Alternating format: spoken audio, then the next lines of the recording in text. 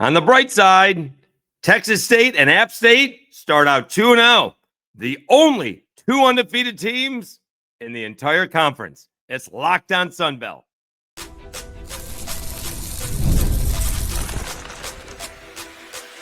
You are Locked On Sunbelt, your daily podcast on the Sunbelt Conference. Part of the Locked On Podcast Network, your team every day. Welcome back to another edition of Locked On Sunbelt, your teams every day. Today's episode brought to you by Game Time. Download the Game Time app, create an account, and use code LOCKEDONCollege for $20 off your first purchase. All right, I had a lot of fun at the JMU game. It did not go JMU's way. We did that one for a whole episode, a special episode on Saturday. I lose track. But they're good defensively. Obviously, quarterbacking is an issue. And I got news for you, JMU fans. The two quarterback system isn't going away. That's the way Bob Chesney thinks they have to win, which is basically telling you, this is what it's telling you from what I saw. The offensive line can't block long enough for Barnett to throw it down the field. That's the problem, at least against Louisville. All right, that may be a Louisville situation because they're good. We'll see what happens. All right, Cajuns and Southern Miss pick up their first wins. And Troy does put a scare in Clemson. Lasted for about 30 minutes. All right, let's talk about Texas State and App State. That Texas State game was back and forth. Big win over UTSA, 43-36. Brad Jackson is basically Matt Sluka who can pass, right? 286 yards in the air. And he had another 34 on the ground with a couple of touchdowns. All right. Again, back and forth throughout. Texas State was up 9-0. They did lead it 16-7. They fell behind 21-19. They were behind 28-26. They got up 29-28, 36-28, tied at 36, and Bo Sparks catches a 65-yard touchdown pass from Brad Jackson. So actually, basically back-to-back touchdown plays. Robert Henry Jr. for UTSA ties the ball game up. They do convert a two-point conversion, do the Roadrunners, tie the game up at 36. Next play from scrimmage, Jackson hits a wide-open Sparks down the seam, middle of the field, and splits two defenders. It felt like this safety was asking the corner as the ball was sailing over his head, where was he? But Sparks was wide open. And still a lot of time left in the game, but UTSA couldn't do anything with it. They fall 0-2. Texas State is 2-0. The only thing that I'd be worried about, there is a hashtag, as I said, always bright side to this. All right, so you look at the team stats, okay, because if you are UTSA and you're trying to figure out how you lost this football game, all right, you had more first downs, 25-17. You had 500 yards of offense, 497-461. And you rolled up 278 yards of rushing. Someone's going to find somewhere the last time somebody almost had 300 yards of rushing, or say over 250 yards of rushing, almost 500 yards of offense, and no turnovers, and didn't win the football game. That's a neat trick. So obviously the Texas State defense could use some improvement. Having said that, they came up big when they had to make a play. UTSA, between third and fourth down, converted 4 out of 18. And that's not great, Bob. They were 3 of 12 on third down conversions and 1 of 6 on fourth down conversions. 2 of the fourth downs were in the fourth quarter. Okay. Nonetheless, when push comes to shove, they got off the field. They still gave up 500 yards. All right. Now, obviously, if you're a coach and you need something, it doesn't take very long to look to what you need to improve on, right? But you'd much rather doing it 2-0. All right, let's check out some of the other stats.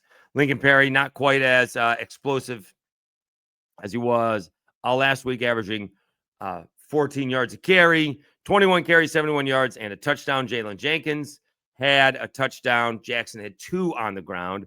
Bo Sparks, 5 catches, 155 yards. He catches the game winner. Chris Dawn Jr., he had 2 catches for 109 yards. Texas State is 2-0. They go to Arizona State next week. Arizona State coming off a loss against Mississippi State. Mississippi State, much improved. Kudos to Jeff Lebby. All right, I had him on the hot seat. He's going in the other direction. All right, meanwhile, the other team that started 2-0 is App State. They had a win and move on.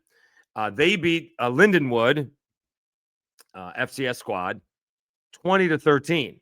So App State, you look at the stats and you see 502 yards, and how do you only have 20 points? Well, 4 turnovers, 3 fumbles, and 1 interception.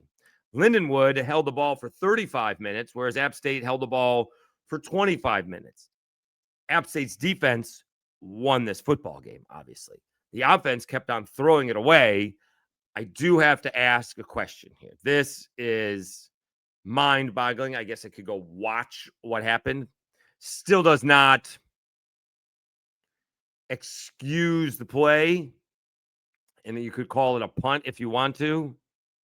It is 20-13. It's actually on ESPN. It's not great. I went to the game stats thing. It's a minute 22 left in the game. App State had the ball starting with 2.5 minutes to go. They get a first down, convert a third down, 2 rushes and a pass. All right, they pass on third down. It's a minute 22 to go. Why is AJ Swan passing the ball?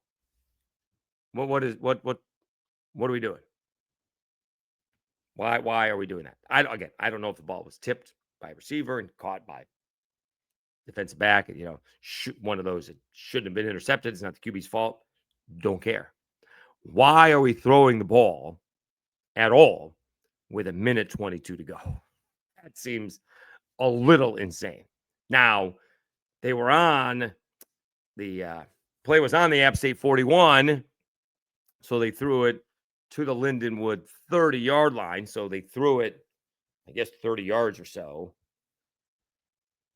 But still, they gave Lindenwood a chance, and Lindenwood, got to the App State 32-yard line with 39 seconds left to go, but they couldn't get anything further than that. All right. But some interesting play calls with that. Having said that, App State is 2-0. All right. They get, who do they get? They actually open up Sunbelt play this week against Southern Miss. A lot of black and gold going to be at the Rock on, I presume, Saturday. Let me make sure that's the case. But I do know that's who they're playing. It is on 9/13. Yeah, so it is Saturday. All right. So that is the first Sunbelt matchup of the year, App State against Southern Miss. Let me see if the line has come out. I'm sure it has. Let me see what that line is. It's not going to be Southern Miss by 3, App State by a couple. I mean, right now it's got App State. ESPN's got App State 59.2%. It is. App State's favored by 1.5, so not much. All right. Not much. All right. So Texas State and App State, they're the highlights. All right. We'll go over some, I don't know if there's bad news and disappointing news. We're going to go over more good news. We did the disappointing news to begin the episode last week. So let's keep on going for good news. All right. Cajuns and Southern Miss, they pick up their first wins. All right. We'll do that right after I tell you about Supply House and Game Time.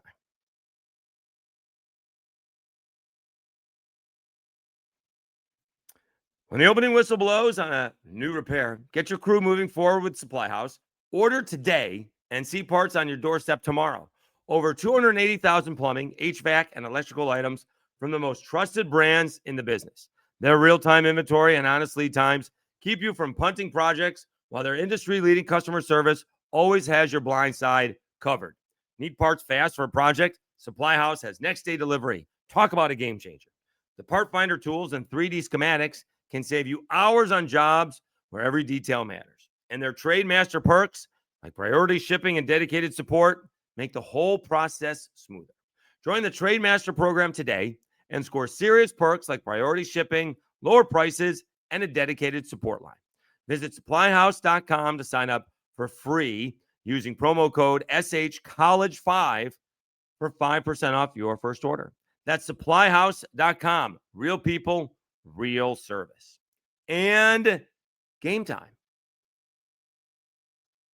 College football is back, and I couldn't be more excited. The tailgates, the rivalries, the energy in the stands, there's just nothing like it. And let's be real, actually getting tickets can feel more like a battle than the game itself. Endless queues, hidden fees, prices jumping up at checkout. And that's why I use Game Time, the app that gives the advantage back to the fans. It's the easiest way to score last-minute tickets at the best prices with no surprise fees. What you see is what you pay. Now, I did look into it. We do have a little SEC Sunbelt matchup. South Alabama playing at Auburn. And you can get tickets for less than $100. That's as of Sunday night when I'm recording this. We'll see what happens later on in the week. You may want to jump on them while you can. So take the guesswork out of buying college football tickets with Game Time. Download the Game Time app, create an account, and use code LOCKEDONCollege for $20 off your first purchase. Terms apply. Again, that's promo code LOCKEDONCOLLEGE for $20 off. Swipe, tap, ticket, go. Download Game Time today.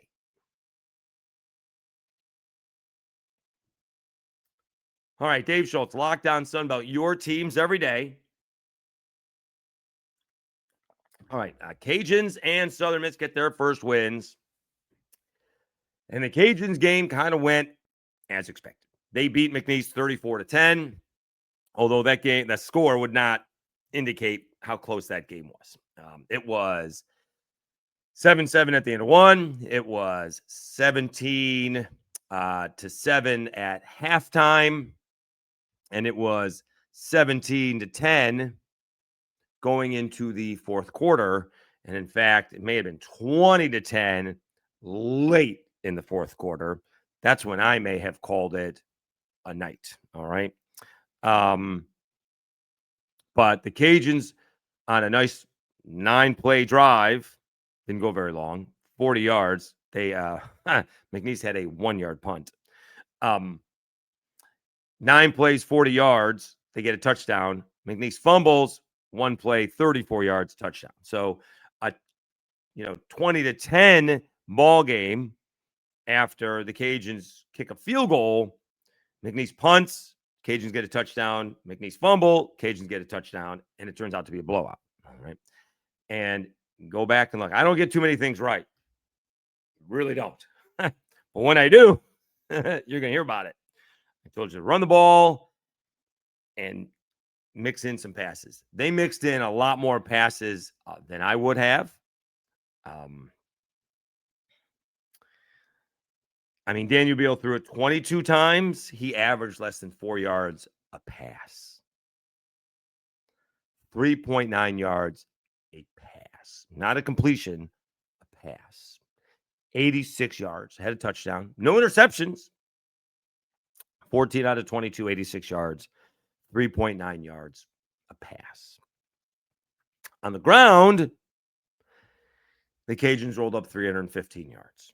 So they had almost 400 yards of offense. In fact, 400 yards of offense, 401, but only 86 was passing.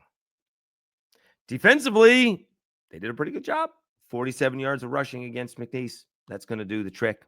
All right, they allowed 238 yards. The defense for the Cajuns has, let's be honest, played pretty well, right? They gave up 14 points in the first half against Rice, shut them out in the second half.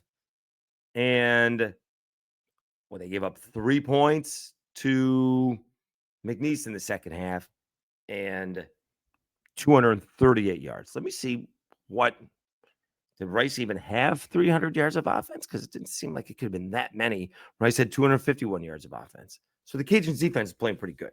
All right. Offense, again, looks good, but that's the way that game should have gone. I don't know what the line was. We didn't see the line. Let me see what the line was. I don't know if it's going to tell me what the line was here. 19.5. So they covered that. 24. They won by 24. So they did cover that. I'm going to tell you right now, I'll be honest. I would have picked McNeese. I probably wouldn't have bet against Cajuns, but based on what we knew, I would have said I would have picked McNeese to cover that ball game. I didn't think the Cajuns were going to win 34-10. I'll tell you that right now. I didn't. All right. They need to figure out a passing game. They need to figure out if they can get Lunch Winfield in. They need to work on it. All right. On the other side of things, it may be just the opposite for Southern Miss from what I saw. Let's see what we got here. All right. I mean, Southern Miss ran also 3.9 yards. 4 yards is okay.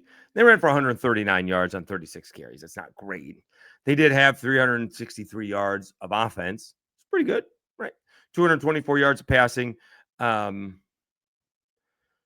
Braxton was 20 of 30 with 3 touchdowns.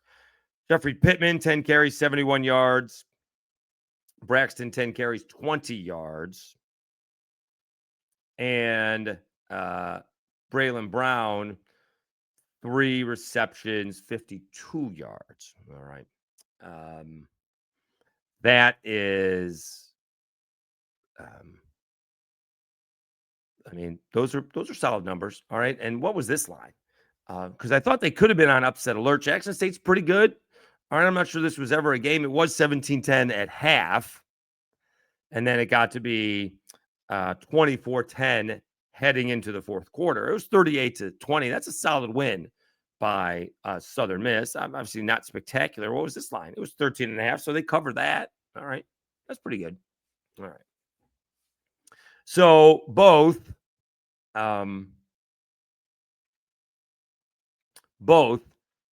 Southern Miss and the Cajuns get their wins. That is big. All right.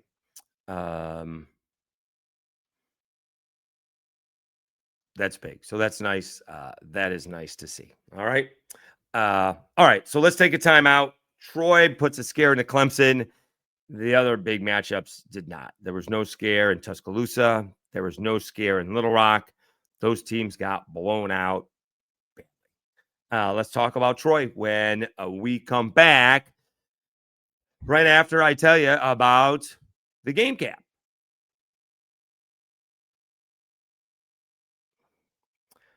Quick question for all of you college football fans out there. If you go back in time and sit in your front row at your school's biggest rivalry game, what hat would you be wearing? Yes, I said hat. For me, it would be the game. These aren't just hats. They're the same vintage styles fans wore back in the 80s and 90s. And guess what? They're still going for the same price they did back. When you use code LOCKEDON, you'll get your vintage hat for $16.99. Head to thegamecaps.com. Grab your team's classic bar or retro circle design and use code LOCKEDON for an exclusive discount because legends wear the game. When given the option, I chose App State. I think it looks pretty sharp.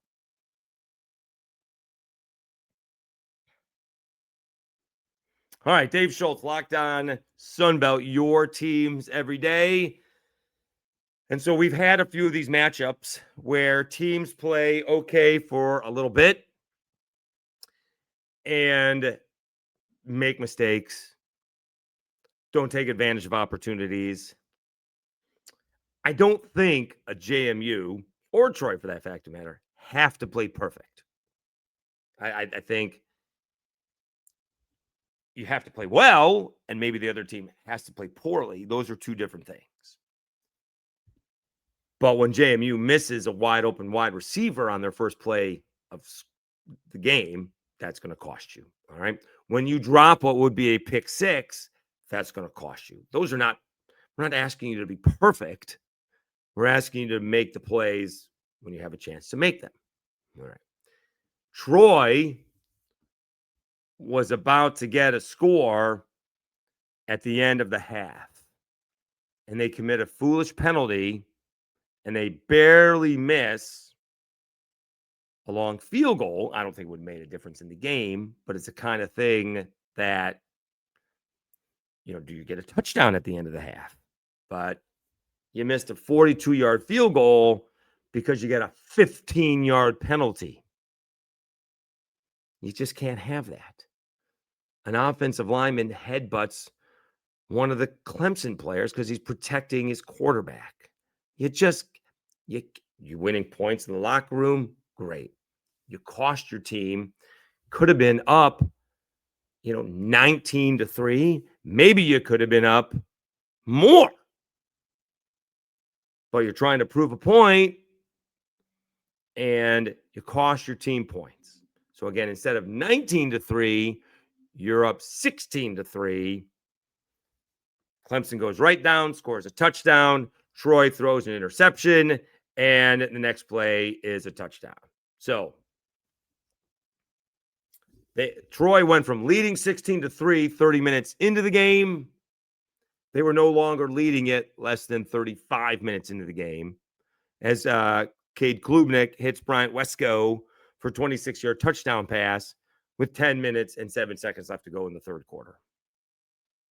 Then there's another interception, and they hit a field goal.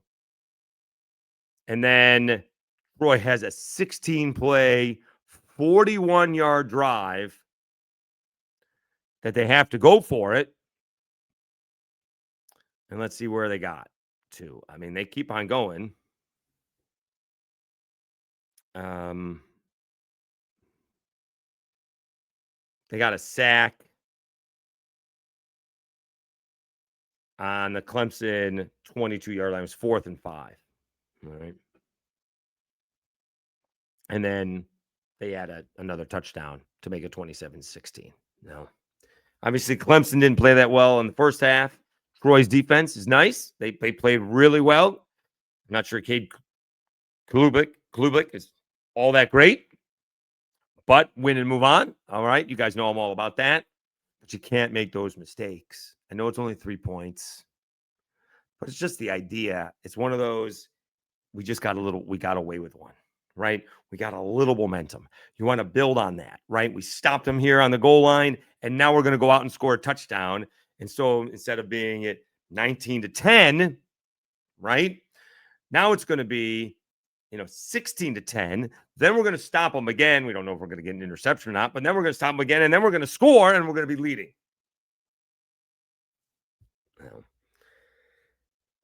And that's where it's disappointing. That's a perfect example of a game spiraling out of control.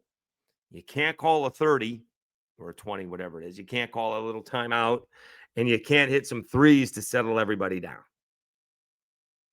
All right. Having said that, I'm still going to take the bright side. If Troy can play that kind of defense against Clemson, why can't they do that on a regular basis in the Sunbelt? So that's where I'm going to see progress and see what happens moving forward. All right. Who do they have next week? I think they get Memphis. That's on ESPNU. That's at home. It'd be nice to see a crowd there. And I will say, so I'm not going to belabor this, but I am going to talk about it in a minute. I could even bring up Louisville. All right. I don't know what was Kentucky. Was that at Ole Miss? No, that was in Kentucky. So I don't know what that crowd was like. All right. And that's an SEC game. There was no juice for that Louisville JMU game. The press box, which is huge, by the way, enormous. A third full. Now it's Friday night. So some TV people got to be covering high school football, right? Presumably.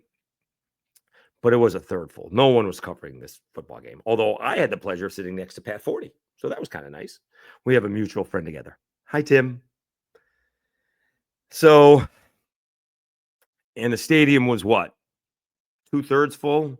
They announced 48,000. I don't know. Now, you want me to tell you that it was Bourbon Fest, which it was.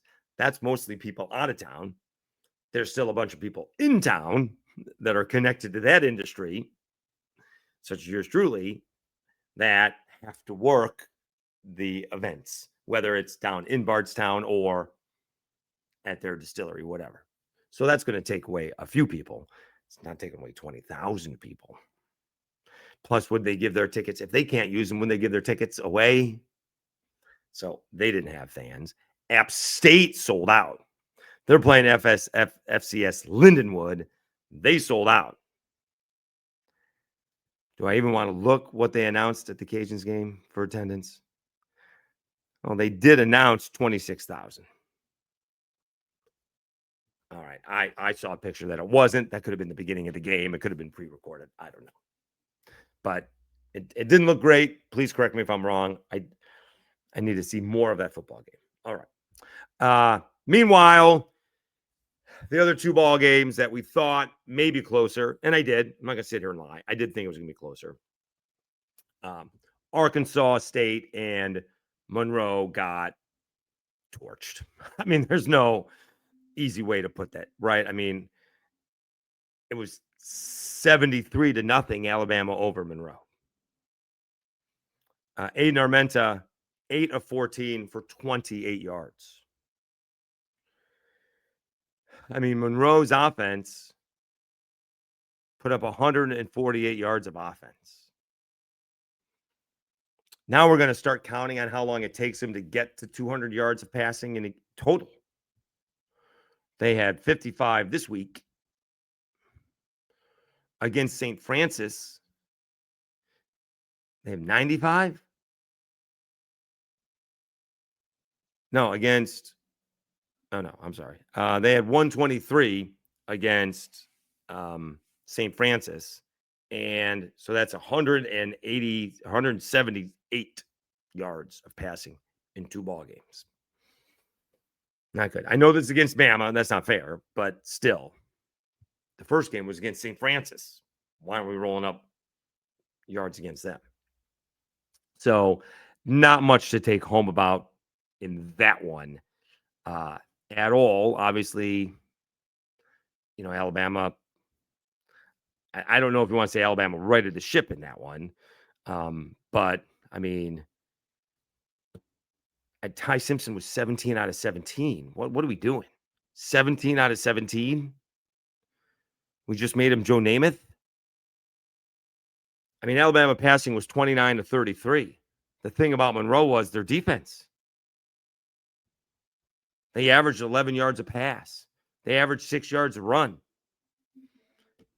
I understand the level of talent is a huge discrepancy. I get it, but that looks like the real Alabama and not what played against Florida State. Like, that could be the competition, but that is that's a little embarrassing. All right, that because Ty Simpson didn't. I know it wasn't all his fault against Florida State, but he looks like a new guy against ULM.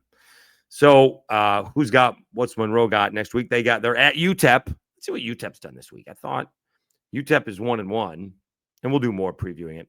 They lost to Utah State, which is not bad, 28-16, and they beat UT Martin 42-17. That is an FCS school, right? UT Martin is not any good. Yeah, they seem to be in the same division as Lindenwood, same conference as Lindenwood. All right. So we'll see if that's not going to be an easy game for Monroe. That was a 42-17 win for UTEP. So that's not going to be an easy game. And then you got Arkansas State and Arkansas, and very little resistance from Arkansas State, 56-14 in this one. I mean, 630 yards for Arkansas on offense and rather balanced. 309 passing, 321 on the ground. They only held the ball for 23 minutes because they kept scoring fast.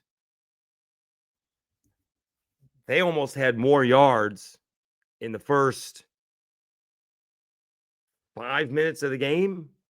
I tweeted it out. I got to go check it out. Then JMU gave up the whole game to Louisville. Let's see what it was.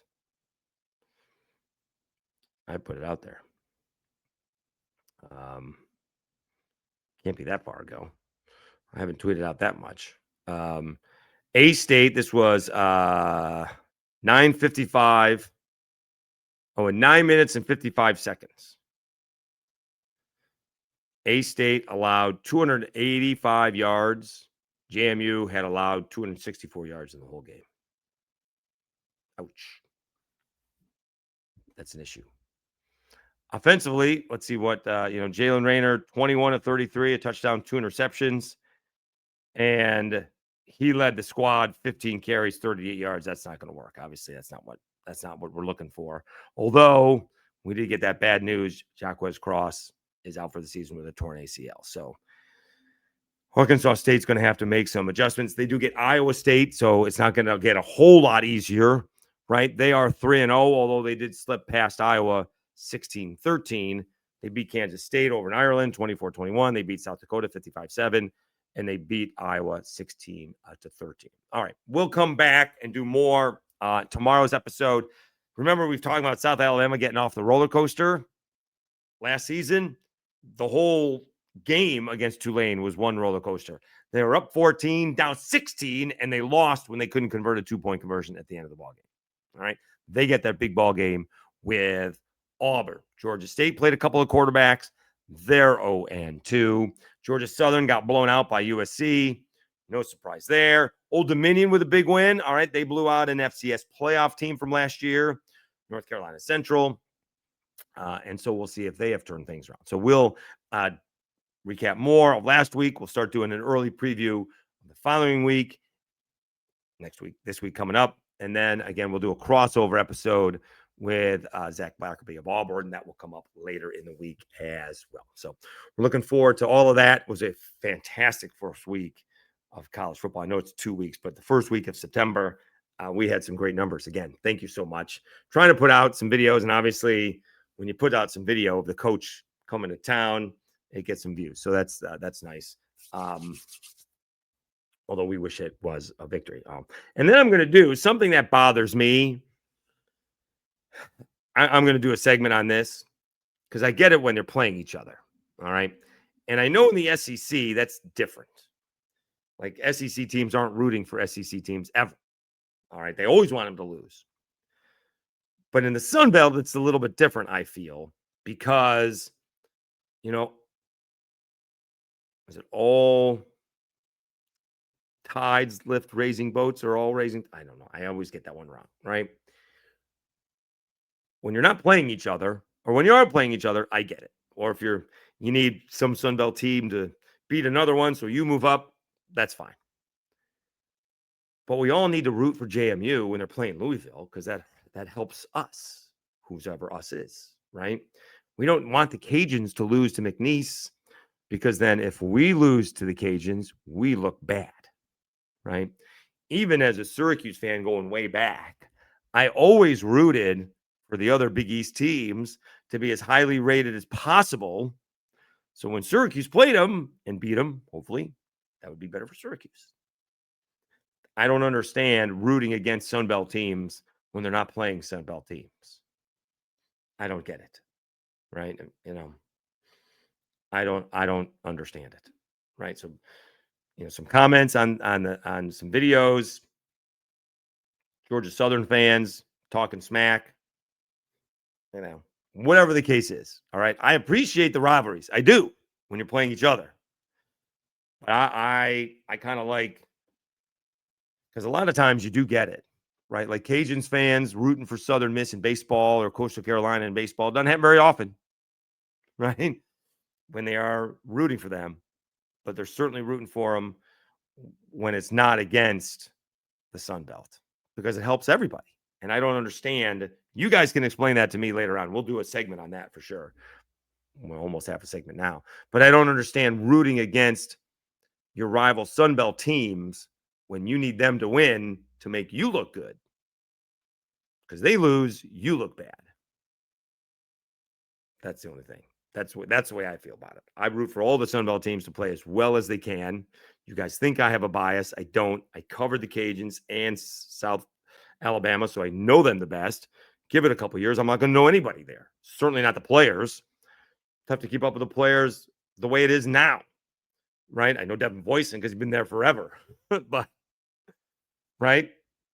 So I'll call him Lacey here because I covered him forever. But I don't have a bias. I enjoy watching the Sunbelt, root for the Sunbelt. I wanted Troy to win, right? I want JMU to win. I want Arkansas State to win. Obviously, it helps the podcast, right? What do you think the podcast would have done if Troy beats Clemson? Would have been huge. Would have been huge. So there's the bias, right? It's kind of all about me. But you want the Sunbelt to do well. And so far, not so good. Let's see what Texas State can do against Arizona State. That's huge, right? Maybe Arkansas State bounces back against Iowa State. All right. And we do get our first Sunbelt matchup, Southern Miss and App State. A lot of black and gold in one spot. All right. In Mississippi. All right. Anyways, nonetheless, thank you so much. Again, the numbers are really good on video and audio. All right. We are off to a tremendous start. So I do appreciate it. Actually, the audio is off to another record-setting start. We'll see if we keep on doing that. We did rethink it. We do the audio portion that comes out 4 a.m. Eastern time. Video comes out at 7 a.m. Eastern time. So in case you do get up and before the spouse and you're working out or you're taking a walk around the neighborhood or whatever it is, you can listen to it first thing in the morning.